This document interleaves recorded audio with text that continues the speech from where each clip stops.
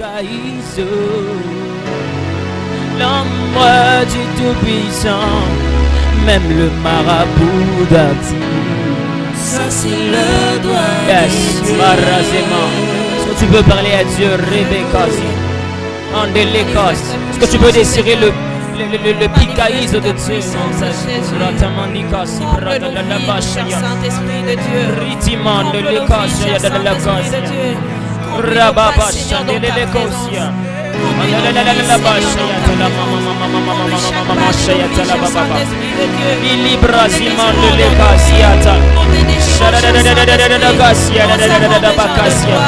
Nous avons soif de toi, Jésus. Viens nous remplir de toi. Viens nous remplir de toi. Je la veux, je la veux, je la veux. Je le désire, je soif de ton ombre, Seigneur. Je soif de ton ombre, Seigneur. Remplis nos vies de toi, Seigneur. Nous avons soif de toi. Alléluia. Ephata, Alléluia. Ephata, Ephata, Ephata, Ephata, Ephata, Ephata, Ephata, Ephata. Que le ciel s'ouvre. Ephata, Ephata, Ephata, Ephata,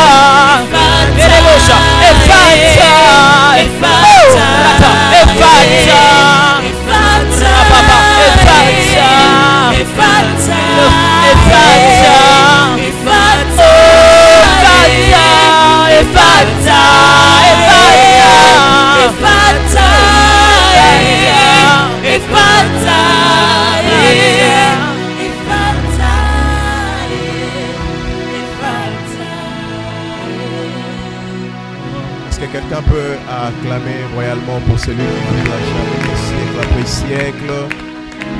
Tu es en direct avec nous. Que la grâce de Dieu soit sur ta vie, que la vie de Dieu soit ton partage. J'aimerais qu'on fasse mieux que ça. Est-ce qu'on peut royalement acclamer et célébrer le Dieu de cieux? Alléluia. S'il y a quelqu'un qui est béni, qui est en train de nous suivre maintenant, qu'il écrive Amen en commentaire. Que le ciel te voie en cette soirée. Je dis bonsoir et bonjour à tout le monde. Selon l'heure dans laquelle vous êtes en train de nous suivre, nous sommes encore très honorés et très bénis par rapport à votre présence en cette soirée, en ces cultes dominicales. Je suis sûr et je suis persuadé que la grâce de Dieu aura ses retombées sur ta vie et qu'il y a quelque chose d'inhabituel qui t'arrivera en cette soirée. Je prophétise sur quelqu'un. Si c'est à toi que je parle, tu dis le plus grand Amen, tu reçois cette bénédiction. Je suis honoré ce soir, mais juste avant que je puisse recevoir celui qui va nous apporter la parole du Seigneur en ces cultes, je demande à ceux qui nous suivent de faire deux choses. C'est que de partager ce live de maintenant que vous êtes en train d'écouter le son de ma voix. Si vous l'avez déjà fait, que Dieu vous bénisse. Mais si vous ne l'avez pas encore fait, partagez le live sur tout le groupe Facebook, sur vos statuts. Taguez même, identifiez même certaines personnes qui suivent les lives avec nous, mais que vous ne sentez pas leur présence. Demandez-leur de se connecter. Parce que je pense qu'il y a une nourriture solide qui sera dite du haut de cette chair et que cela sera une bénédiction exagérée pour quelqu'un. Alors, ne sois pas égoïste. Je voudrais faire ce travail avec toi. Partage ces lives. Nous voulons voir le nombre de personnes qui sont en train de nous suivre s'augmenter parce que vous faites ce travail avec nous. Que Dieu bénisse ceux qui sont en train de le faire maintenant au nom de Jésus-Christ. La deuxième des choses, je demande à ceux qui sont connectés de commencer, pas de commencer, mais de continuer leur culte. Vous savez, vous êtes en train de passer un culte. Ce n'est pas une émission où vous pouvez rentrer et puis ressortir. Ce n'est pas un clip vidéo, mais c'est un culte que vous êtes en train d'offrir à Dieu. Alors j'aimerais un peu que vous puissiez vous déconnecter de tout ce qui peut vous faire sortir du live pour vous faire revenir plus tard. C'est-à-dire rester connecté à ces lives parce qu'il y a une voix prophétique qui certainement va annoncer des oracles. Et je suis persuadé, comme je l'avais dit tantôt, qu'une vie sera touchée. Alors, vous êtes bénis, vous qui êtes en ligne maintenant, car la grâce de Dieu sera au rendez-vous. Amen. Nous bénissons Dieu pour la vie de ceux qui sont en famille, parce que là, pendant que nous sommes en train de parler à ceux qui nous suivent en famille, il y a d'autres qui le suivent sur leur poste téléviseur. Vous êtes sur YouTube, vous nous suivez sur Facebook. Que le Seigneur comble sa grâce dans vos familles et que Dieu nous fasse grâce de surmonter cette pandémie, cette épreuve qui est en train de frapper le monde entier, parce que nous savons qu'après ces moments, nous serons victorieux et nous serons des champions. Amen. Alléluia. Aujourd'hui, je suis dans la joie de recevoir un de mes pères, c'est un de mes mentors. J'ai toujours donné son témoignage partout où je vais. Si Dieu a placé 3 personnes sur le chemin de ma destinée pour que je devienne ce que je suis, lui en fait partie. C'est parmi les rares des personnes que le Seigneur peut placer sur ton chemin, n'est-ce pas, simplement pour te recadrer et pour te placer sur de bons rails afin que tu atteignes ta destinée selon le plan glorieux du Seigneur. Et ma rencontre avec lui, ça a boosté ma vie dans plusieurs domaines de la vie, pour ne pas seulement citer les domaines ministériels. Et je pense si l'onction que nous allons recevoir ici, moi c'est que nous sommes prêts à recevoir les packages, nous sommes prêts à recevoir les dépôts que le Seigneur a placés dans la vie de son oint pour ce soir. Si tu es prêt avec moi à les recevoir, j'aimerais que tu acclames très fortement, que tu peux le faire en smiley, tu peux le faire avec tes mains si tu es avec moi dans la salle, mais j'aimerais que tu exagères. C'est pendant qu'on est en train d'acclamer, je suis en train d'inviter ici le prophète Jean Toto Chabani. Pendant qu'il acclame, pendant qu'il avance, nous continuons à acclamer le Seigneur.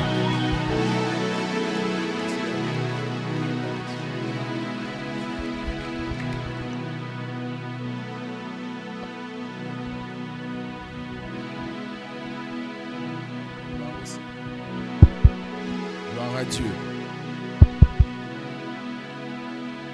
Gloire au Seigneur. Gloire à Dieu. Amen, amen. Que le Seigneur nous bénisse. Inclinons nos têtes dans la prière, s'il vous plaît. Père éternel, Dieu Tout-Puissant, nous rendons gloire à ton nom. Nous te remercions, nous te bénissons. Bénis ces cultes. Bénis tous ceux qui sont en train de nous suivre maintenant en ligne. Bénis, Seigneur Dieu de gloire, la vie de ton serviteur. Bénis, Seigneur Dieu de gloire, cette église. Bénis son ministère. Bénis son épouse. Bénis tous ceux qui travaillent avec lui dans ce ministère.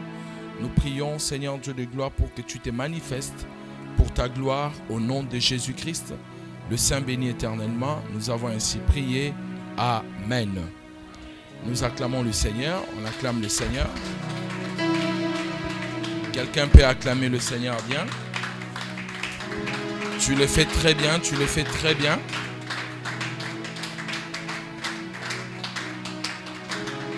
Et nous demandons ceux qui sont en ligne d'acclamer le Seigneur aussi.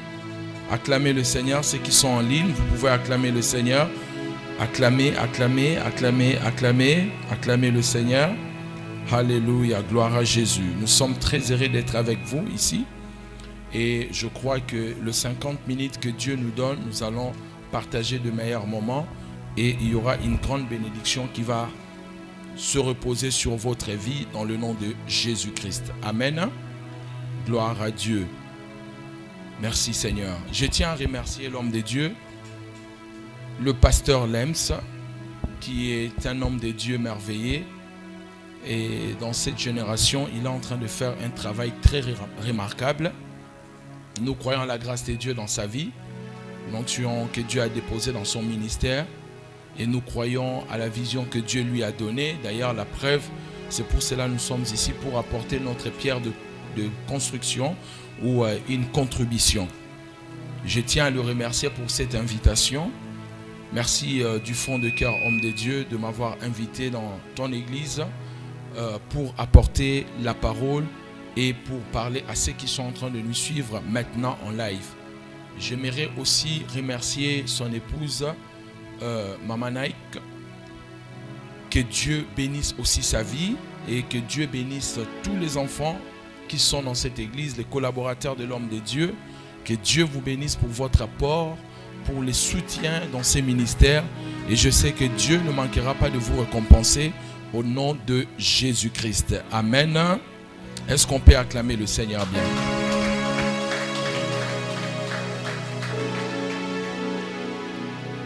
Alors, il m'a été dit d'apporter la parole sur les ennemis de la destinée que nous pouvons rencontrer sur nos chemins.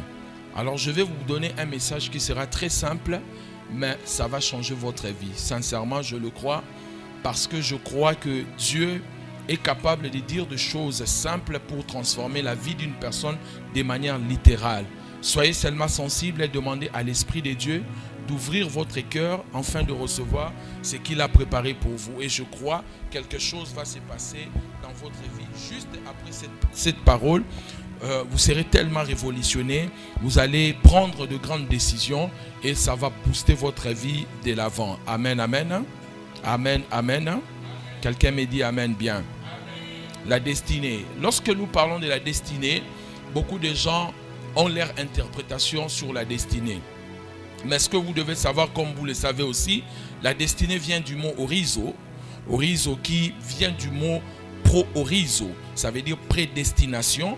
Et ce mot, on le trouve au moins 6 fois dans la Bible. Et surtout 2 fois, ça nous touche vraiment de manière très importante. Et dans ces 2 fois, nous avons 2 définitions. La première définition, c'est que cela veut dire arrêter d'avance.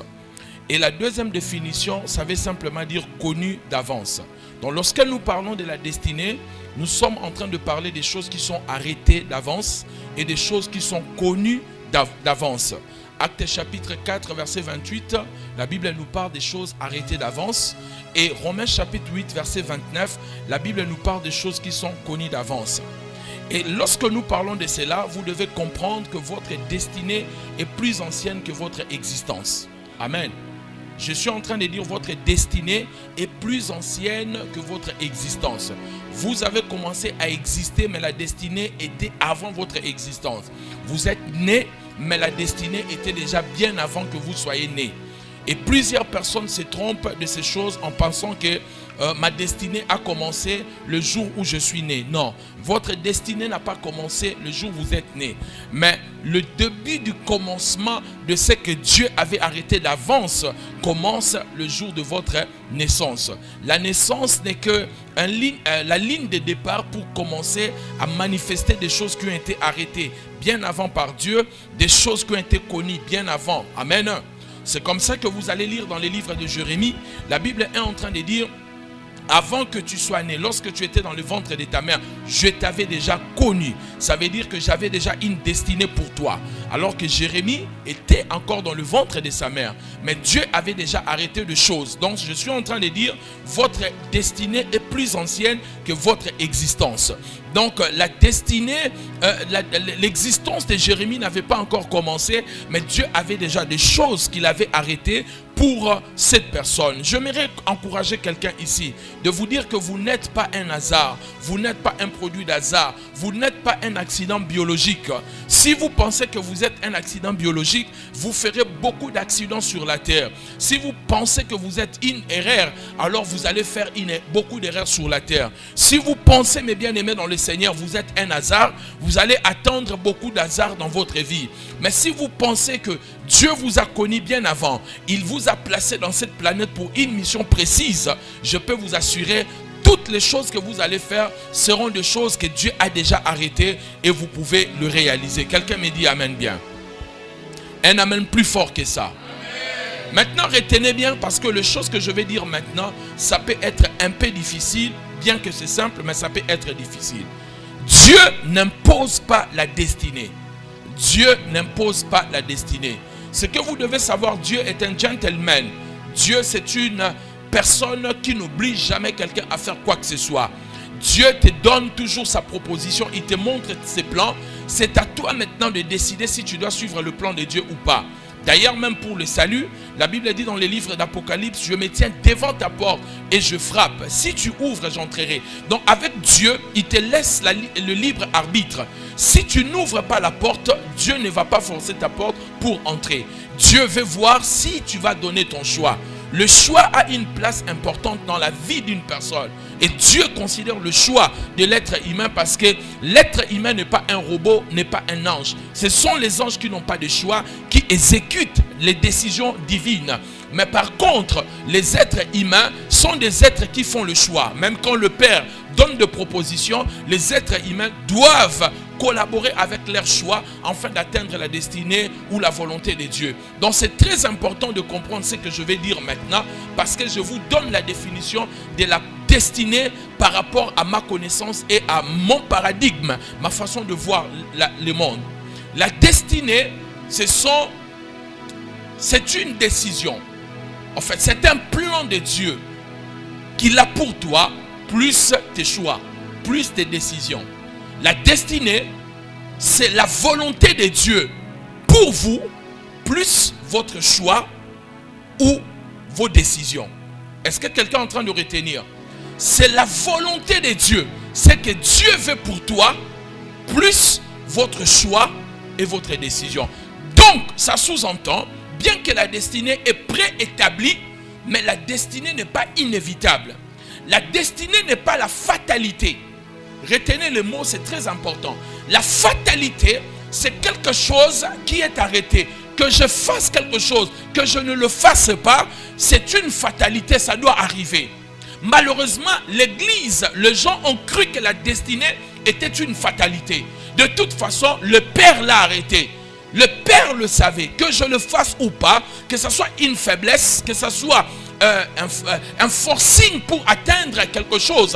On s'est dit non, même si je ne le fais pas, de toute façon le Père avait arrêté cela, que je ne devais pas l'avoir, ou si le Père avait prévu que cela sera ma chose, ça finira par arriver. Ça, ce n'est pas la destinée, ça c'est la fatalité. La destinée, bien que la destinée, elle soit quelque chose qui est connu d'avance par Dieu, qui est préétabli, mais cela ne veut pas dire que c'est inévitable. Tu peux aussi passer à côté de quelque chose que Dieu avait prévu pour toi. Est-ce que l'Église peut me donner un amen bien? Et je vais vous le montrer dans la Bible. Comprenez une chose, Église, ceux qui sont en ligne et ceux qui sont en train de me suivre maintenant. Comprenez ce que je suis en train de vous dire et ne ratez pas ce que je suis en train de vous dire. La plus grosse erreur de l'Église, c'est qu'on a cru que tout ce que Dieu veut va s'accomplir. Et j'ai entendu cela. Moi-même, je l'ai prêché à un certain moment de ma vie. Ce que Dieu veut, ça se réalisera. Ce que Dieu a arrêté, ça va s'accomplir. Ça, c'est un mensonge. Il y a des choses dans la Bible que Dieu a voulu, ces choses ne sont pas arrivées. La Bible dit c'est par ta faute que tu rateras ton héritage. C'est un héritage que tu as déjà. Mais quand tu ne tiens pas compte de certaines choses, tu rateras ton héritage. Dieu avait déjà arrêté que ça sera pour toi. Mais toi-même, tu n'as pas regardé ta propre faute. Je donne un exemple. La Bible dit, la volonté de Dieu est que tous les hommes soient sauvés. Vrai ou faux? Mais tous les hommes ne seront pas sauvés. Le désir de Dieu est que tout le monde soit sauvé. Si ça dépendait de lui, tout le monde sera sauvé. Mais il y a aussi le choix de l'homme de répondre à l'appel de la prédication du salut. Si la personne ne répond pas, bien que Dieu a cette destinée, cette volonté de sauver tous les êtres humains, mais si l'être humain ne présente pas son choix et sa décision, Dieu ne peut rien faire. Quelqu'un me dit amen bien. Ainsi, mes bien-aimés dans le Seigneur, dans notre vie quotidienne, dans certaines choses du ministère que Dieu nous a donné, que Dieu a préparé pour nous, ça demande notre choix et notre volonté. Un jour, j'étais dans une grande conférence à Paris. J'ai écouté John Bevere, l'un des grands prédicateurs américains. Il prêchait dans une conférence que j'étais parti participer. John Bevere a dit une chose. Il était en train de prêcher dans un État, dans une très grande église de dizaines de milliers de personnes. Pendant qu'il prêchait, il y avait un homme qui était là dans la foule en train de pleurer. L'homme avait tellement pleuré, à un moment, après la prédication, John Bevere s'approche, le pasteur s'approche de cette personne, dit, mais pourquoi tu as pleuré pendant toute la prédication? Voici ce que cet homme lui a dit. En 1982, Dieu m'avait demandé de venir habiter dans cet état. Il m'avait dit de commencer une église. Et il m'avait montré l'église, comment elle était. Et je t'avais vu en train de prêcher dans cette église et moi j'étais le pasteur. J'ai commencé l'église, mais j'ai rencontré des difficultés au début, j'ai arrêté. Et je suis parti faire autre chose. Aujourd'hui, je suis nulle part dans la vie. Et quand je viens aujourd'hui participer au culte, la vision que j'avais vue en 1982 m'est revenue. C'est pour cela que j'étais en train de pleurer, de ne pas savoir persévérer dans le plan de Dieu. Vous voyez, c'était la volonté de Dieu. Dieu voulait que cet homme soit pasteur d'une grande église, mais il n'a pas persévéré. Mais bien aimé dans le Seigneur, ne pensez jamais, en aucun cas, ce que Dieu veut pour toi finira par se réaliser, même si tu ne suis pas ses plans ou tu ne fournis pas des efforts. C'est une grosse définition de la destinée. Maintenant, puisque nous comprenons maintenant, laissez-moi maintenant vous établir quelques ennemis. Les quelques ennemis, je vais en prendre peut-être 4 pour gagner le temps. 4 ennemis dangereux qui peuvent vous faire rater votre destinée. Est-ce que vous êtes d'accord avec moi? Quelqu'un me dit amen bien. Premièrement, vos fréquentations. Ça, c'est un mauvais ennemi. Les personnes que vous fréquentez sont des personnes qui détermineront votre devenir. Amen. Retenez bien ce que je suis en train de vous dire, je pèse les mots. Ce que vous deviendrez demain, en partie dépend des personnes que vous fréquentez. La fréquentation n'est pas une chose par hasard. Au point où les Français ont fait un adage en disant « Dis-moi qui tu fréquentes et je te dirai ». Alors que tu ne le pas. Mais si tu me dis qui tu fréquentes, je peux prédire ton avenir et te dire qui tu seras et qui tu vas devenir. Mais bien aimé dans le Seigneur, la Bible déclare le mauvaise compagnie corrompt les bonnes mœurs. Je crois 1 Corinthiens 15, 33, si je ne me trompe pas. Le mauvaise compagnie corrompt les bonnes mœurs. Quelles sont les personnes que tu fréquentes? Les personnes qui parlent dans nos oreilles ont une influence directe dans notre destinée. Qui sont et quelles sont les personnes qui te fréquentent? Je peux dire ce qu'une personne va devenir dans 5 ans lorsque je vois des personnes qu'elle est en train de fréquenter, des prédications ou des conseils qu'elle est en train d'écouter. Je peux prédire son avenir dans 5 ans. L'environnement est très important. Il y a certains environnements que vous ne devez pas vous trouver. Imaginez si un lion entrait ici. Quelle sera notre réaction? On va fuir. Et la deuxième chose, on va chercher à faire quoi? À les tuer. Pourquoi? Parce que le lion est venu dans un endroit qui n'est pas à lui. Certaines personnes, leurs destinées ont été avortées parce qu'elles sont parties dans des environnements qu'elles ne devaient pas partir. C'est comme un lion dans cet endroit. Soit on va te fuir, soit on finira par te tuer. Alléluia. Quelqu'un me dit amen bien. Dieu a créé les endroits géographiques avant de créer l'être humain. Les endroits géographiques sont très importants. Il y a des endroits que Dieu a préparés pour ta réussite. Et il y a des endroits que Satan a préparés pour ton échec. Tu veux réussir ta destinée. Le premier ennemi que tu dois combattre sérieusement, ce sont des fréquentations. Alléluia. Quelqu'un me donne un amen bien. Bien-aimés, laissez-moi vous dire une chose. Nous naissons vides. Est-ce que vous savez que nous naissons vides? Quand nous sommes nés vides. On n'avait aucune information. Tout ce que nous avons appris dans la vie, même le français là, c'est au niveau de nos environnements. La maison, les éducateurs, l'école, l'église, tout ce que vous avez appris, ce sont les effets de quoi? De l'environnement. Amen. Donc sachez-le que tu es le produit de tes fréquentations. Tout ce que tu connais en bien et en mal, c'est par rapport aux gens et aux endroits que tu as fréquentés. Alléluia. Qui est-ce que tu es en train d'écouter?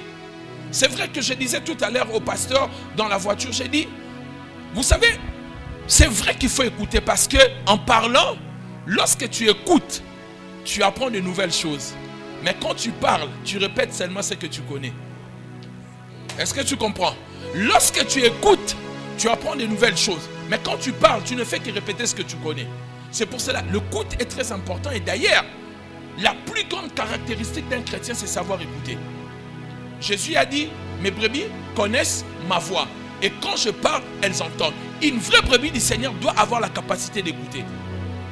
Quand Dieu a envoyé son fils sur la terre, il n'a pas demandé plusieurs choses. Il a dit, voici mon fils bien-aimé. Et faites quoi? Quelqu'un me dit amen bien. Tu peux sauver ta vie si tu apprends à écouter des sages. Est-ce que je parle à quelqu'un? La Bible déclare dans les livres de Proverbes, celui qui fréquente le sage devient sage. Et celui qui fréquente le fou devient... Voyez-vous, vous êtes devenu ce que vous êtes devenu par rapport à des personnes que vous fréquentez. Il y a des choses qui ne faisaient pas partie de vos valeurs. Mais aujourd'hui, vous acceptez certaines choses parce qu'un ami l'a fait. L'autre l'a fait. L'autre l'a fait, tu dis, mais pourquoi pas? De toute façon, il ne meurt pas. Moi aussi, je peux le faire. Toi, tu ne peux pas le faire parce que tu n'es pas comme les autres. Quelqu'un me dit amen bien. Ta destinée, elle est différente. Tu ne peux pas faire des choses comme les autres. Quelqu'un me dit amen bien. C'est très important, mes bien-aimés dans le Seigneur, de comprendre les gens que je fréquente ont une influence directe dans ma vie. Je prie que le Seigneur vous fasse grâce de fréquenter de bonnes personnes. Alléluia. Regardez dans toute la Bible, vous allez voir, la vie de Samson s'est arrêtée par la mauvaise fréquentation. Samson était un homme fort, mais la mauvaise fréquentation a arrêté la destinée de Samson. Quelqu'un me dit, le chevet de Samson a repoussé. Oui, le chevet a repoussé, mais il est mort aveugle. Alléluia. Bien que le chevet a repoussé, mais il est mort aveugle, avec humiliation. Quelqu'un me dit amen bien. Faites très attention, mes bien-aimés dans le Seigneur. Ne jouez pas avec vos fréquentations. Je préfère rester seul chez moi que d'avoir des fréquentations négatives dans ma vie. Alléluia. Est-ce que je suis en train de parler à quelqu'un? Comprenez cela. Ça, c'est la première clé. On va aller rapidement. Amen, amen. Quelqu'un me dit amen bien. Amen. La deuxième des choses que vous devez chercher dans votre vie, l'ennemi que vous devez éviter, c'est le manque de sagesse. Alléluia. Dis après moi la sagesse, s'il te plaît. La sagesse. Encore la sagesse. Qu'est-ce que c'est la sagesse? La sagesse, c'est quoi? C'est une capacité d'éviter les erreurs. C'est simple la sagesse. Si tu continues à faire la même erreur, ça sous-entend que tu n'as rien appris dans la vie. Nous avons deux façons d'apprendre dans la vie. Soit à travers un maître, soit à travers les erreurs. Et le moyen le plus difficile d'apprendre, c'est à travers nos erreurs. C'est pour cela, le maître fait les erreurs à notre place. Et lorsqu'il te parle, il corrige ton avenir. En fait, ton maître est ton erreur du futur. Ça veut dire que lui, il a déjà fait cette erreur-là, il t'évite cette erreur. Il est en train de te dire, si tu veux réussir ton futur, regarde-moi, je suis passé par là et j'ai perdu beaucoup de choses. Si tu m'écoutes, ça va sauver ta vie. Est-ce que quelqu'un est en train de m'écouter? Mais malheureusement, les êtres humains préfèrent écouter par leurs erreurs que d'écouter à travers un maître. Un maître te sauvera la vie. Il protégera ta vie. Alléluia. Vous savez, mes bien-aimés, il n'y a rien de pire dans la vie d'apprendre à travers ses erreurs. Parce que tu vas te mordre le doigt et tu vas perdre le temps. Et quand tu perds le temps, sachez-le, tout ce que tu peux accomplir dans ta destinée est lié avec le temps. Et plus tu perds ton temps dans le chemin, sur le chemin de ta destinée, tu es en train de perdre la course petit à petit. C'est pour cela qu'on a besoin de la sagesse. Et la sagesse, elle est très importante. Amen. La sagesse, elle est la clé de toute chose. La Bible dit dans le livre d'Apocalypse, la sagesse est la chose principale. Ça veut dire le reste des choses sont des choses accessoires. La chose principale, c'est la sagesse. La sagesse de savoir c'est à quoi je suis appelé. Si vous faites la même erreur, ça veut dire que vous n'êtes pas devenu sage dans ces domaines-là. La sagesse est une capacité de comprendre ces erreurs, de les éviter, de les anticiper. Quand on tombe dans la même erreur, c'est qu'on n'a rien appris dans la vie. Amen. Et ce que vous apprenez, personne ne peut vous le ôter. Amen. Laissez-moi vous dire une chose. Tout ce qui entre en vous, vous apprenez, personne ne peut l'ôter. Amen. Je vais appeler le pasteur, s'il vous plaît. Ma soeur, tu peux t'approcher aussi, s'il te plaît. Regardez ce que je vais faire. Mon ami, viens. Prends ton sac, j'ai besoin de ton sac. Ok. Regardez bien, j'espère que ceux qui sont en ligne nous sont en train de nous voir. Et regardez. 1 plus 1 égale à combien? Et 2 plus 2? 4 plus 4. 8 plus 8, 16. Voyez? Ok? Ok. Maintenant, regardez. Ma soeur, mon frère, prenez le sac. Mon ami, prenez le sac. Arrache le sac. Arrache ça très fort. Ok. Voyez-vous? tout ce qui est à l'extérieur de vous, on peut vous le prendre facilement. Mais tout ce qui est à l'intérieur, personne ne peut le prendre. Vous voyez, le calcul, c'est à l'intérieur. Même s'il s'est réveillé, je lui posais la question, il aura la réponse parce que tout investissement à l'intérieur, ça devient un investissement pour la vie. Mais tout investissement pour l'extérieur, on peut le perdre. Quelqu'un me dit amen bien. Merci beaucoup. Alléluia.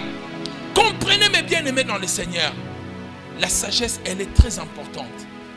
Toute ma vie, tous les problèmes que j'ai eu dans la vie, ce sont des problèmes de sagesse. Et dans la vie, écrivez ce que je veux vous dire, vous n'aurez jamais de problème. Je dis quoi? Vous n'aurez jamais. Tous les problèmes que vous avez eu dans la vie, c'était le problème de manque de sagesse. Donnez-moi un exemple, je vais te le prouver. Tu as eu des problèmes avec ton ami, vous avez manqué la sagesse de gérer vos problèmes. Tu as eu des problèmes avec l'argent, tu as manqué la sagesse d'investir ton argent. Tu as eu des problèmes avec ta femme, vous avez manqué la sagesse de savoir qui devait se taire en ces moments-là.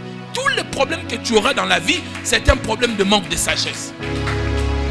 C'est pour cela qu'il faut demander à Dieu la sagesse. Tous les problèmes que nous aurons dans la vie, c'est lié au manque de sagesse. Je me suis rendu compte que tous les problèmes que j'ai avec les gens, je pouvais me taire et me faire petit. Le problème pouvait s'arrêter. Mais je voulais parler, je manquais de la sagesse. Je parlais et on a eu des problèmes. Alléluia. La sagesse, ce n'est pas une faiblesse, mais la sagesse est une capacité d'anticiper le problème. Un homme sage, c'est un homme qui peut mal réagir, mais c'est un homme qui se connaît. Il dit, si je fais de telle manière, je risque de détruire tout ce que j'ai construit. Et il préfère s'éclipser pour ne pas avoir de problème. Quelqu'un me dit amen bien. Et un amen plus fort que ça.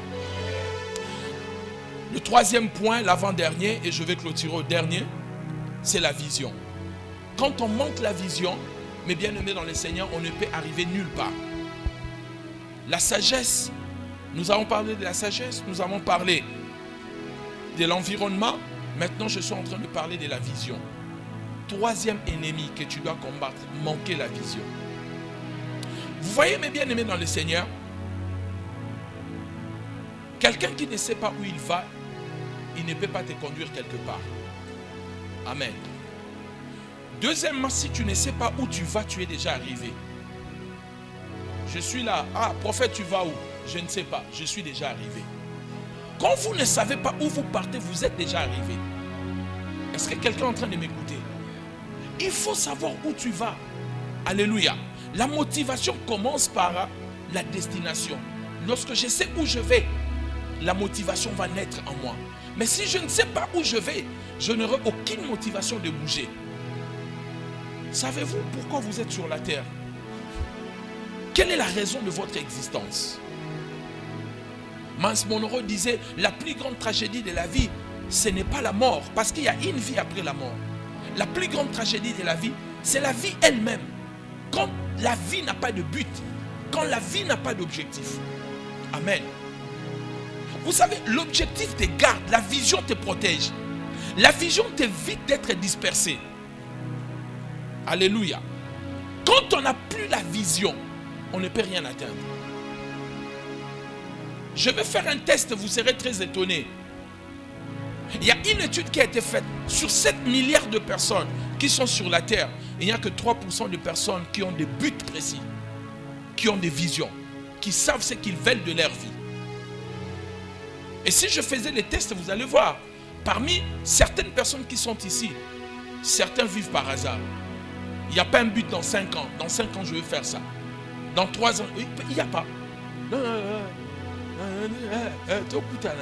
Donc ça veut dire aucun but, aucun objectif. Non, il se réveille comme ça, il ne sait pas ce qu'il veut. On les appelle les partenaires dans les crimes. Les gens qui ne savent pas ce qu'ils veulent de leur vie. Où est-ce qu'ils sont en train de partir?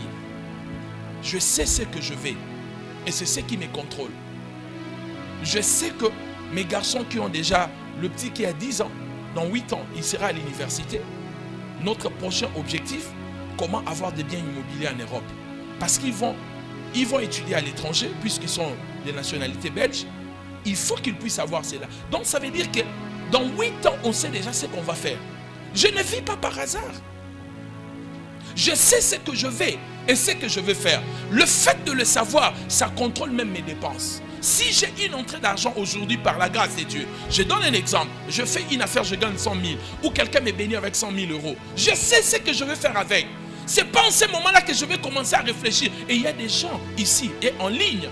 C'est le jour où tu auras l'argent, tu commences à penser, marcher, je vais acheter la robe. C'est comme ça, vous mourrez. On va te cogner par une voiture parce que tellement tu as l'argent, tu veux acheter les sacs, tu vas acheter les... Donc tu es tellement dispersé parce qu'il n'y a pas d'objectif. Je vous dis sincèrement, il n'y a que 3% de personnes ici qui savent si on leur donnait 10 000 $ maintenant, qu'est-ce qu'ils vont faire? Elles vont faire avec ça. Le reste, c'est en ce moment-là que tu... Même là, quand tu m'écoutes, tu dis, c'est maintenant que tu dis, ah si j'ai 10 000, voilà, je vais faire ça. Donc, il n'y a pas un plan précis, il n'y a pas une vision, donc, une chose qui est déjà préécrite en disant que quand j'aurai cet argent, voici ce que je vais faire. Et ces gens de personnes n'auront jamais l'argent parce qu'elles ne sont pas préparées pour avoir cet argent-là. Est-ce que je parle à quelqu'un? Mais bien aimé, ayez la vision. La vision, c'est une capacité de voir le futur dans le présent. Je suis dans le présent, mais je vois déjà ce que je vais devenir. La vision, c'est avoir de photos de mon avenir. Je sais que mon avenir est comme ça. Je serai comme ça. Je suis en train de me projeter dans mon avenir et je me travaille. Tout ce qui est en moi commence à travailler pour arriver là où je suis en train de partir. Je change mon look, je change ma façon de m'habiller, je change ma façon de parler. Ce n'est pas, n'attendez pas quand tu vas devenir pasteur d'une église de 50 000. En ce moment-là, tu cherches maintenant à parler d'une manière. C'est maintenant qu'il faut le voir. Quand j'aurai 50 000, bon maintenant, un pasteur de 50 000 membres, comment il se comporte? Tu regardes le papa au Edepo, tu regardes le papa à Deboy, tu regardes leur comportement, tu dis, bon, je commence déjà à m'habituer de cela. Quand ça va arriver, ça va me trouver déjà dans cette situation-là. Quelqu'un me dit amen bien. Alléluia. Dis après moi la vision. Jésus a dit, si votre œil est éclairé, tout votre corps sera en bon état. La vision. Si vous avez une bonne vision, le reste dans votre vie sera en bon état. Évitez des gens qui n'ont même pas une stratégie pour leur propre vie. Des gens qui ne savent pas ce qu'ils vont devenir.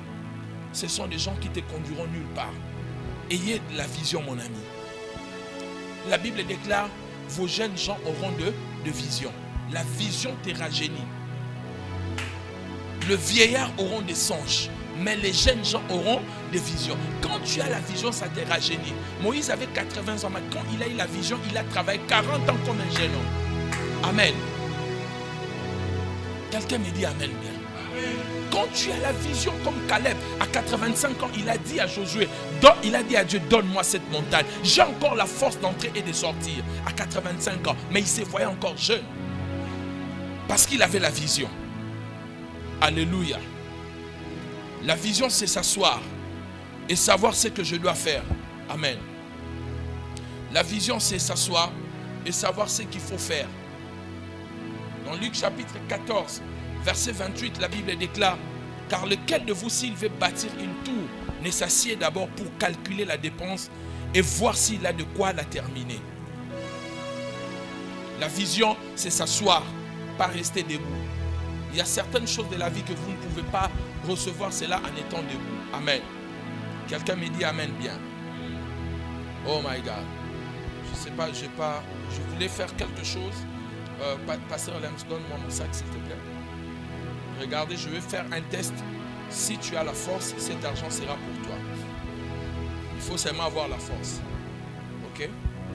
Si tu as la force, cet argent sera pour toi. Amen. Bon, je jette l'argent, je jette 200 €. Je vais demander à quelqu'un, viens mon frère. Si tu me ramasses cet argent en restant debout, ça sera ton argent. Ne te plie pas, reste debout et ramasse cet argent. Ramasse, si tu prends, c'est pour toi. Impossible, hein? Ah, voilà, impossible. Certaines choses de la vie, tu ne peux pas la prendre en restant debout.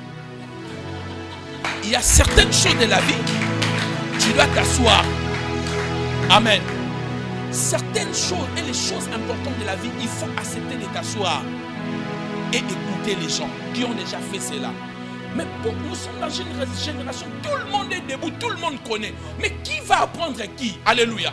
Accepter par moment de s'asseoir et d'écouter. C'est pas pour rien, même quand je prêche, vous êtes assis, moi je suis debout. parce que c'est moi qui donne la matière. Mais nous sommes dans une génération, tout le monde est debout. Et qui va apprendre? Qui? Acclame le Seigneur pour toi-même. Merci beaucoup. Merci beaucoup. Est-ce qu'on peut acclamer le Seigneur? Alléluia. Quelqu'un me dit amen bien. C'est pour cela que Jésus a dit, lequel de vous s'il veut bâtir une tour, ne s'assied d'abord. Il faut d'abord s'asseoir. Vous voyez, le Congo est un pays qui est rempli de maisons inachevées. Sortez ici, vous allez voir plein de chantiers inachevés. Pourquoi? Les gens ont commencé à bâtir leurs maisons sans calculer. Et puis ils arrivent à un moment, ils n'ont plus d'argent. La maison reste comme ça. Une destinée, on ne la bâtit pas comme ça. On s'assoit, on réfléchit, on calcule. On dit voilà ce qu'on va faire. Nous sommes des chrétiens qui vivent par hasard avec des slogans. Ria, cette année, on va voir, on va atteindre cette année. Et vous attendez 10 ans, ils sont nulle part les chrétiens. Parce qu'ils sont dans des slogans. Ce ne sont pas des gens réfléchis, des gens conséquents. Des gens qui vont s'asseoir et réfléchir sur les choses de la vie. Les résultats ne viennent pas comme ça. Le résultat est une affaire de s'asseoir, voir sa vision, regarder sa vision. Dans la vision, nous avons plusieurs éléments. Nous avons la télévision, comment exposer sa vision. Nous avons la provision, trouver quelque chose pour accomplir ta vision. Nous avons la prévision, amen, de choses qui viennent avant ma vision. Nous avons même la révision. De temps en temps, il faut marcher pour voir si je suis dans ma vision. C'est pour cela que Dieu a dit à Habakkuk, écris la vision dans le mur, grave-la. De temps en temps, tu reviens, tu regardes. Est-ce que je suis toujours dans mes objectifs? Est-ce que je poursuis toujours ma vision?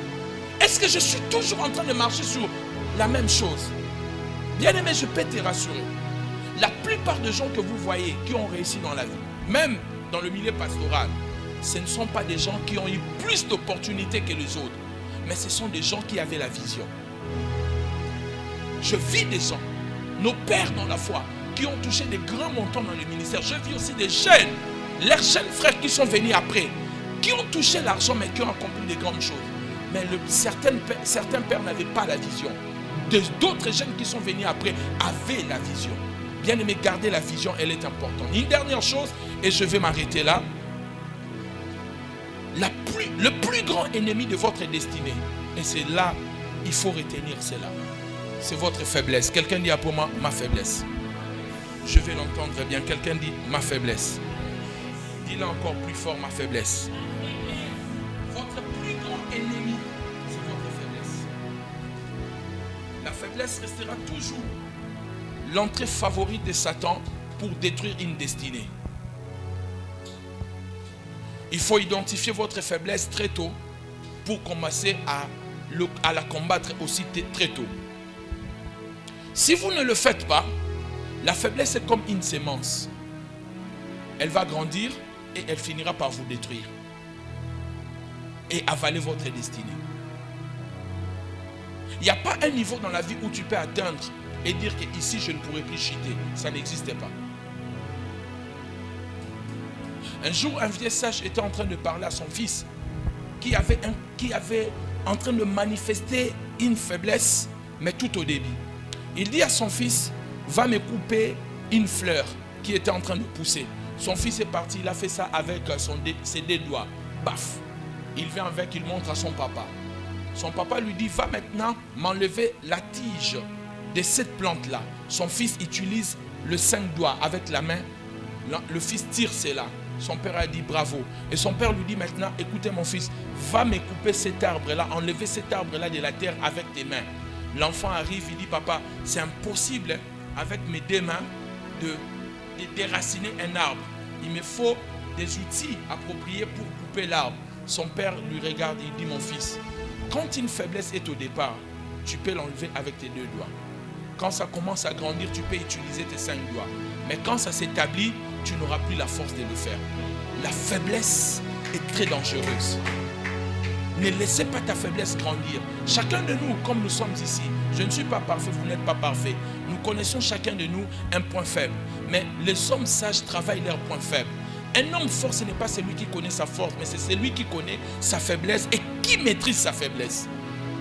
Amen. La plupart des gens ont cru la force d'une personne. Ah, je suis fort. je connais ma force. Non, un homme fort doit connaître sa faiblesse. Parce que c'est le seul moyen où Satan te touchera. Vous connaissez l'histoire de... comment on l'appelait Achille. Des histoires de mythologie grecque. Cet enfant qu'on avait trempé dans l'eau. Qui, son corps était devenu... On ne pouvait pas toucher son corps. Mais le problème, c'est que quand sa mère l'avait trempé dans l'eau, il paraît que sa mère avait tenu les talons. Et les talons n'étaient pas entrés dans l'eau. C'est là où il y avait le point faible. Et Paris, quand il a su cela, il a tiré la flèche au talon. C'est là où on est en train de parler des talons d'Achille. Bien-aimé dans le Seigneur, tu es un homme sans valeur si les gens connaissent ta faiblesse. Tu es un homme sans valeur si les gens connaissent ta faiblesse. Parce qu'ils savent par où entrer. Dis après moi la faiblesse. Je ne sais pas si je dois parler encore. Dis la faiblesse. Vous devez l'identifier rapidement. Elle a fait perdre des gens, des grandes destinées. Des grandes destinées se sont arrêtées à cause des faiblesses. Samson, un ange venu du ciel pour prédire sa naissance. Mais la faiblesse a arrêté Samson. Et toi qui es né comme ça, sans la prédiction d'un ange, tu penses que la faiblesse va te laisser? Jouer. Un jour, on va se revoir. On a vu des amis, de pères, des aînés, des gens qui libéraient l'onction. J'ai vu des gens, de prophètes de mon époque. 3 qui sont morts. Les gens, quand ils libéraient l'onction, tu dis, Seigneur, est-ce que tu m'as appelé ou tu ne m'as pas appelé? Tu écoutes quelqu'un prophétiser, tu dis, est-ce que moi j'ai vraiment un appel de Dieu? Mais ces gens ont joué avec leur faiblesse. La plupart sont morts avant 40 ans. Certains, peut-être, vous ne les connaissez pas parce que vous n'avez pas, peut-être, été à cette époque-là. Mais ce sont des jeunes qui ont tenu la ville comme ça, entre leurs mains. Mais ils n'ont pas voulu traiter leur faiblesse. Bien-aimés, battez contre votre faiblesse. La Bible dit, vous n'avez pas résisté au péché jusqu'à la mort. De toute façon, quelqu'un qui a un grand avenir avec Dieu doit faire un travail contre sa faiblesse. Croyez-moi, mes bien-aimés. Sinon, bien-aimé, cet ennemi de la destinée va te stopper, il va t'empêcher d'entrer.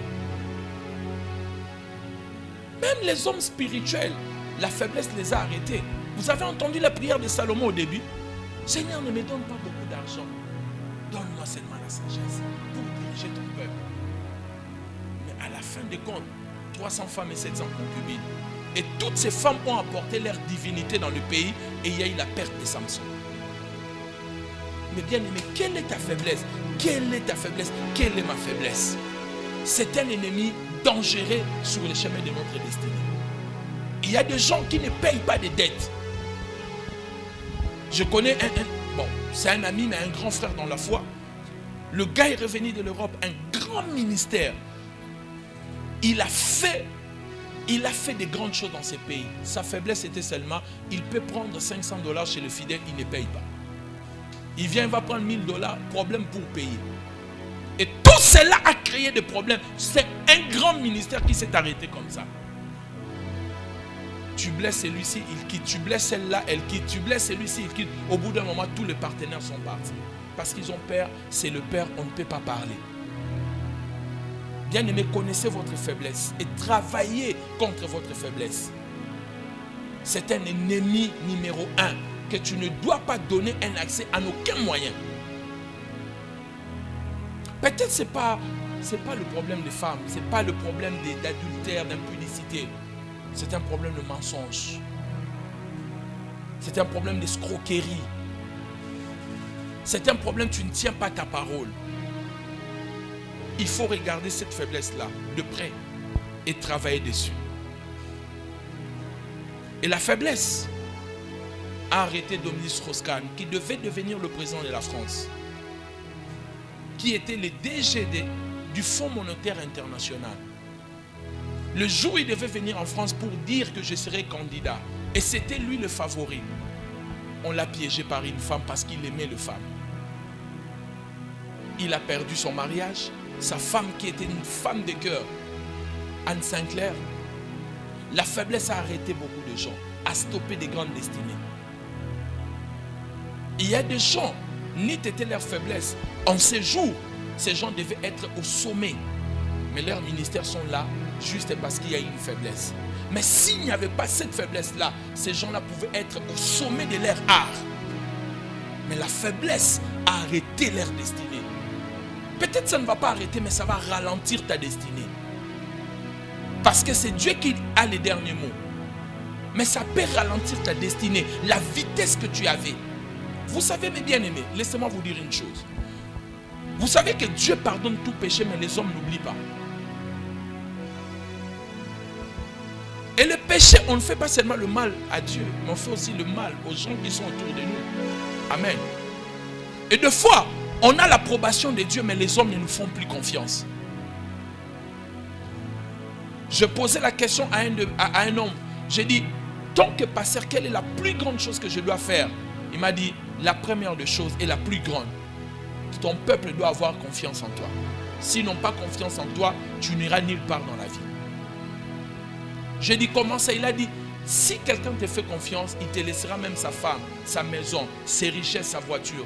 Mais si quelqu'un ne te fait pas confiance, dès que tu viens, on appelle les enfants, viens, on enlève les chaînettes. Parce qu'on sait que toi, là, si on te laisse avec l'enfant, on ne va plus retrouver ses bijoux. Quand vous partez chez les gens, comment les gens réagissent? Dès que tu arrives, tu vois les gens enlever leur sac. Ça veut dire qu'ils te suspectent. Non, je vous dis la vérité. Mais quand les gens ont confiance en toi, tu peux arriver. Oh, tu laisses.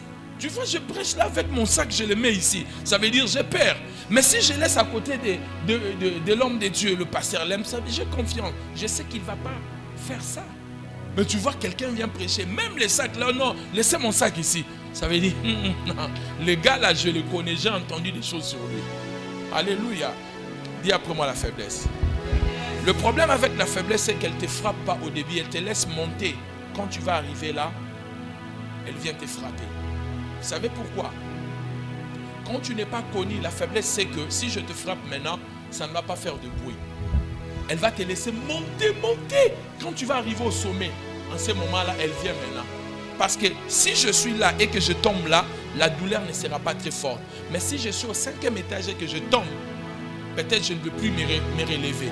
C'est pour cela, remarquez, la plupart des gens, que ce soit du monde ou de la vie chrétienne, de pasteurs ou musiciens, Satan les a frappés seulement dans leur gloire. En fait, le problème, c'est que cette faiblesse n'a pas commencé. Elle était là, mais on n'a pas voulu traiter la faiblesse. On a dit que ça va aller. De toute façon, Dieu pardonne tout.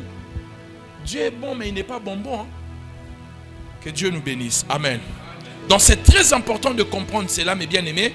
Si vous comprenez cela, ça va changer votre vie. Écrivez ces quelques points sur la faiblesse et ça va vous aider. Amen. Écrivez cela et vous garderez cela pour vous. Parce que moi-même, j'ai écrit cela et je le garde, je les lis. Et ça m'aide tous les jours à travailler ma perfection. Chaque être humain a une faiblesse. Ça, il faut le comprendre. Mais les hommes forts travaillent contre leurs faiblesses. La faiblesse est dangereuse et tellement mortelle. Dès qu'elle commence à exécuter ses activités, personne n'a le pouvoir de l'arrêter. Elle crée des dommages et des destructions possibles, pas possibles. Votre faiblesse affaiblira votre destinée, vouloir ou pas. Votre faiblesse affaiblira votre destinée. Elle ne détruira peut-être pas votre destinée, mais elle va affaiblir votre destinée. Si tu avais 500 personnes qui te faisaient confiance, tu resteras peut-être avec 200. Mais tu pouvais en avoir encore plus. Mais elle a affaibli ta destinée.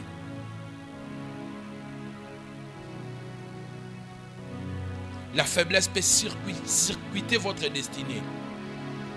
La faiblesse enlève l'honneur et le respect qu'on vous donnait.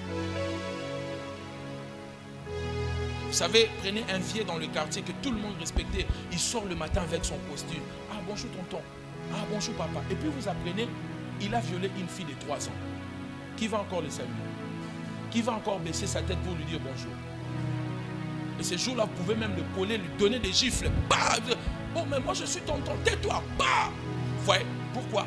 Parce que la faiblesse enlève ton honneur et le respect que les gens ont pour toi. L'église doit arrêter cette histoire-là. Loyauté, c'est bien. Mais faites aussi un effort de garder votre respect. La loyauté, je l'aime. Je soutiendrai mon père spirituel dans toutes les positions où il va se trouver. Même s'il était par terre, même si on l'attrape avec une femme, volé, tout ça, il restera mon père spirituel. C'est le principe spirituel. Le père spirituel ne doit pas aussi me blesser parce que après c'est moi qui dois commencer à discuter avec les gens. Regarde ton père ce qu'il a fait. Regarde ton père. Donc qu'il ne me mette pas aussi dans cette position-là. Pardonnez-moi. Amen. La faiblesse ne respecte ni l'âge, ni le poids que vous avez. Maintenant, il faut commencer à travailler cela. Elle salira votre témoignage. Elle établira de vrais juges et de faux témoins. Votre faiblesse effacera votre intégrité et tu deviendras une histoire du passé. La faiblesse a fait que de grands d'hier deviennent une histoire du passé. On commence à parler quand il était. C'est à cause de la faiblesse. La faiblesse éloignera de bonnes personnes et sabotera ta destinée. Si vous ne traitez pas votre faiblesse, elle grandira, elle finira par arrêter votre destinée. Voici la conclusion de mon message.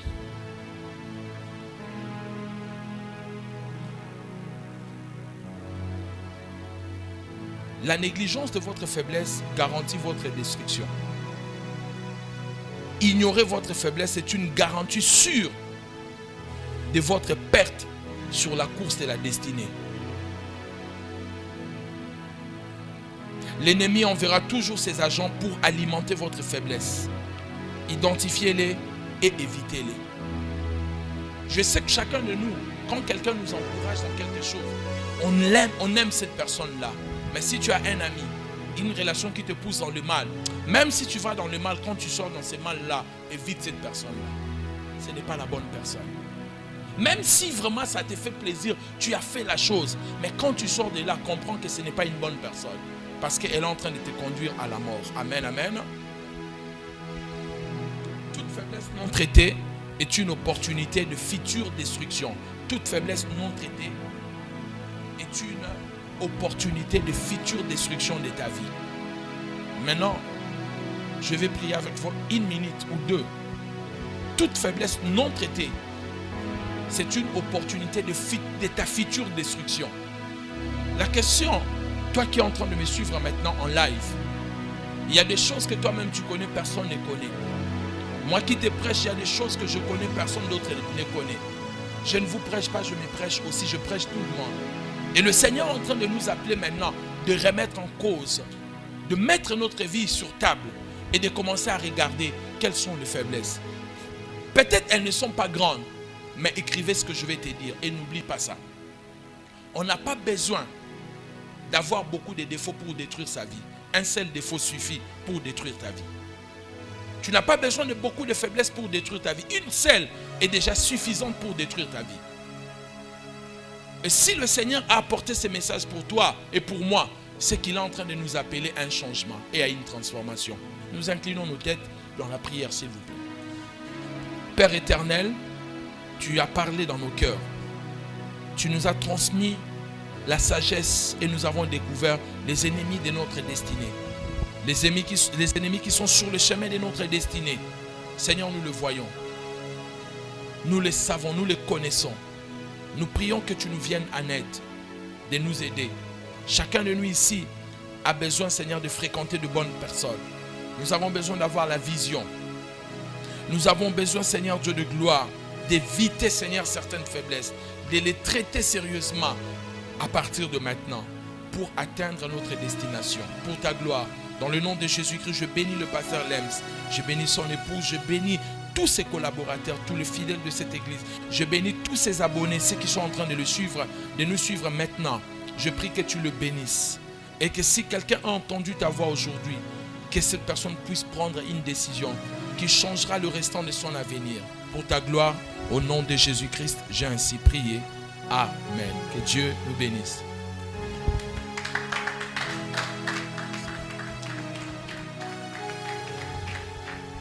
Tu as raison d'acclamer le Seigneur. Est-ce que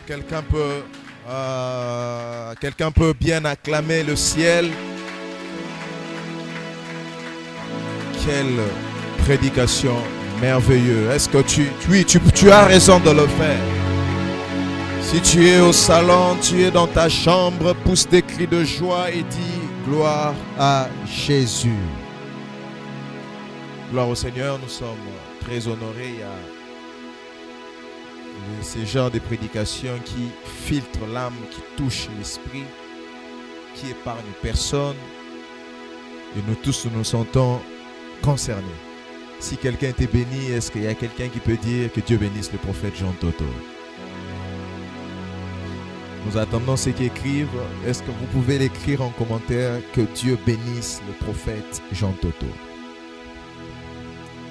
Gloire au Seigneur. On m'informe que nous sommes très nombreux à être là en ligne. Nous pensons et nous croyons que vous aviez été bénis par ces messages. Pendant que je parle, il y a la régie qui va nous mettre une affiche de cette annonce où il y a tous nos moyens de transactions bancaires pour que votre offrande puisse atteindre cet hôtel. Vous aviez été bénis d'une manière ou d'une autre par ces messages et que vous sentez en vous-même qu'il faut que vous fassiez une offrande, que vous soyez dans cette salle, que vous soyez en direct. C'était tout un culte et vous devrez toujours savoir que le culte est complet lorsque l'offrande touche à l'autel. Alors je vous exhorte de partout où vous êtes, que vous soyez en dehors du pays ou que vous soyez ici même au pays ou même dans la salle où je suis, à prélever quelque chose, que cela soit dans vos portables ou dans vos porte-monnaies, et à envoyer votre offrande maintenant, que ce soit par PayPal, Western Union, MoneyGram, Orange Money, M-Pesa, RTL, ou même, il y a même notre compte Procrédit que vous êtes en train de lire là maintenant. Vous pouvez envoyer votre offrande maintenant et cela va atteindre cet hôtel. Que le Seigneur bénisse ceux qui sont en train de le faire maintenant. Je vais prier pour ceux qui sont en train de donner leur offrande. Les dimanches passés, nous étions fort bénis de voir des personnes partout dans le monde envoyer de l'argent pour que le loyer de l'église soit payé. Je suis sûr et certain qu'il y a encore des bonnes personnes, des personnes matures, allais-je dire, capables, n'est-ce pas, d'appréhender et de comprendre les moments actuels que l'église est en train de traverser et sachant plutôt que l'église a besoin excessivement de finances venant de partout afin que nous puissions garder le cap et les niveaux que nous avions toujours eus. Ma prière va à la direction de ceux qui sont en train de faire leurs offrandes maintenant. Que cela soit en francs congolais ou en dollars ou en euros. Que le Dieu des cieux, le Dieu de la Bible, le Dieu qui aujourd'hui est devenu notre Dieu, que le Dieu du prophète Jean Toto, que ce Dieu vous voie et que ce Dieu vous bénisse abondamment par rapport à votre offrande. Que Dieu vous donne, qu'il vous le rende au centuple au nom de Jésus-Christ. Nous avons ainsi prié. Amen. Est-ce que quelqu'un peut dire Amen plus fort que ça? Quelqu'un peut dire Amen plus fort que ça? Avant que nous puissions clôturer, j'aimerais qu'on chante « Je veux être comme Jésus ». Toute ma vie, c'est cette mélodie qui me passe à l'esprit. Pendant que nos bien-aimés de la chorale sont en train de nous préparer ces cantiques qui vont nous séparer entre nous, vous allez célébrer Dieu, vous allez prier, c'est toute une prière pour vous. Nous allons nous retrouver sur la page de l'église Centre Évangélique Horeb demain pour notre culte d'intercession. Ça va nous permettre, n'est-ce pas, de prier pour tous ces points qu'on a eu à essayer de voir aujourd'hui par la grâce du Seigneur. Alors abonnez-vous sur la page Pasteur Lems Emmanuel Landa, la page dans laquelle vous êtes en train de suivre ce live. Abonnez-vous sur notre chaîne officielle YouTube Pasteur Lems Emmanuel Landa. Je vois du jour au lendemain la chaîne recevoir beaucoup de nouveaux abonnés. Et si toi tu ne t'es pas encore abonné, prière de le faire maintenant et de cocher à la cloche de notification pour qu'à chaque fois qu'une nouvelle vidéo sera postée ou une nouvelle prédication, qu'on puisse vous envoyer des notifications. Et aussi suivez-nous sur notre compte Instagram I am Lems Landa pour ne manquer aucune de nos prédications ou encore de nos nouvelles. Que la grâce de Dieu soit sur vous et que la paix paix du Seigneur soit votre partage dans le nom puissant de Jésus-Christ. Pendant que nous sommes en train de chanter avec la chorale, j'aimerais que tu disposes ton cœur et que cela soit ta prière de clôture. Tu dis à Dieu, je vais être comme Jésus toute ma vie. Je veux être comme Jésus toute ma vie.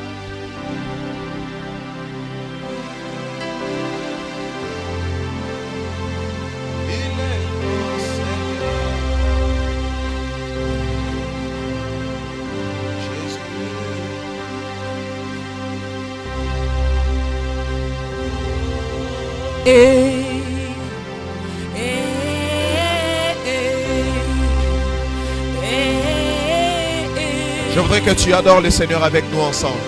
Disons-le ensemble. Je vais être. Quand il marcha là-bas, Galilée, il s'humilia, il allait jusqu'à laver le pied de ses disciples.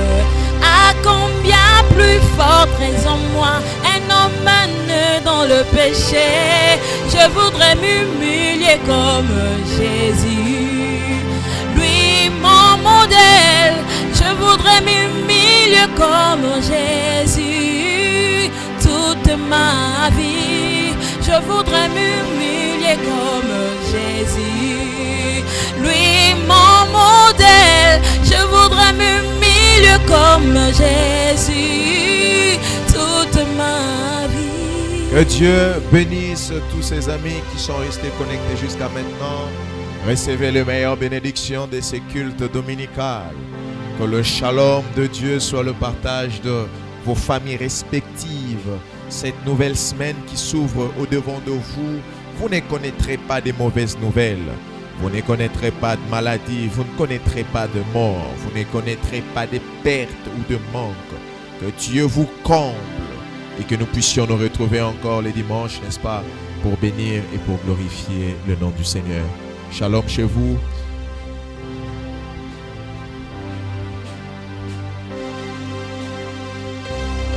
Je voudrais prier comme Jésus toute ma vie.